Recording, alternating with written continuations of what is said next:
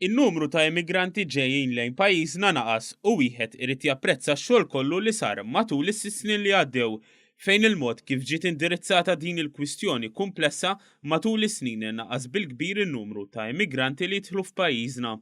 Saħaq dan il-Prim Ministru mexxej Laburista Joseph Muscat f'intervista fuq War Radio fejn sostna li ta' kuljum il-Gvern jiltaqa' ma' għexieren ta' każijiet li waħdiet minnhom biss jiġu rrappurtati mill-mezzi tax-xandir. Bil-xogħol li sar fosthom matul il-Presidenza Maltija tal-Kunsill tal-Unjoni Ewropea, il-wasliet jew biex ngħidu hekk it-traġitti bejn il-Libja u l-Ewropa fiċ-ċentru tal-Mediterran mis-sena l-oħra għal dis-sena naqsu b'80%, ġifieri għal kull 100 vjaġġ li qed jsir is-sena l-oħra, issa qed jsiru 20 vjaġġ.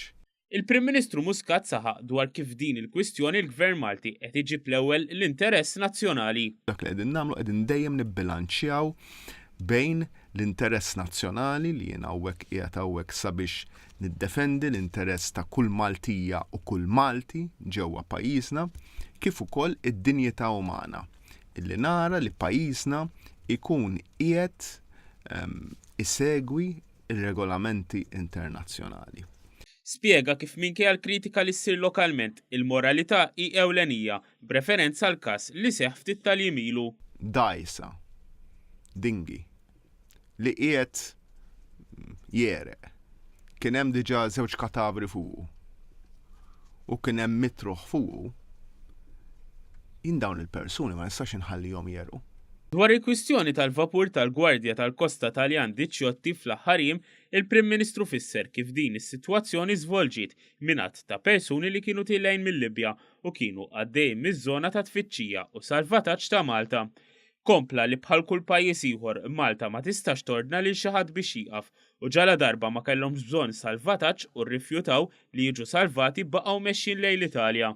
Iżda qabel daħlu fl-ibħra responsabilità tal-Italja u ma ġew interċettati mill-vapur Diċjotti biex ma jitħallewx jidħlu. Il-Prim Ministru saħaq li t-tagħlima minn dan kollu hi li s-soluzzjoni tinsab mill-persważjoni u mhux bil-kliem bit-twit jew bid-daqs tal-pajjiż. Huwa refera għal każijiet oħra ferm iżjed ikkumplikati fosthom tal-bastimenti tal-Aquarius u l-Lifeline. Spjega kif fi ftit tas-sigħat Malta uriet il-kapaċità li tinnegozja u tikkonvinċi lill-Unjoni Ewropea biex terfa' hi wkoll ir-responsabilità u l-peace, fejn fil-każ tal-Lifeline kienet l-ewwel darba fl-istorja tal-Unjoni Ewropea li nqasam il-peace bejn il-pajjiżi. Fil-każ tal-Aquarius 140 persuna iddaħħlu Malta u kollha kemm huma ħajinbagħtu u qegħdin jintbagħtu bħalissa diġà għaddejjin l-interviews minn pajjiżi differenti ħajintbagħtu f'pajjiżi oħra. Laqqas persuna waħda minn dawn il-140-141 ma ħatibqa' Malta.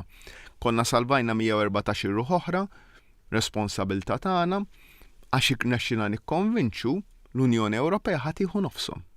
Intant, dwar l-attitudni tal-Viċi Prim Ministru Ministru għall-Intern Taljan Matteo Salvini, il-Prim Ministru Malti Joseph Muscat qal kif din hija turija biċ-ċar li l-politika Ewropea issir bir-raġunar bil-persważjoni għalkemm xi drabi ma jkunx hemm qbil iżda qatt ma ssir billi toqgħod tagħmilha tal-buli jew tirrikorri għal tweets.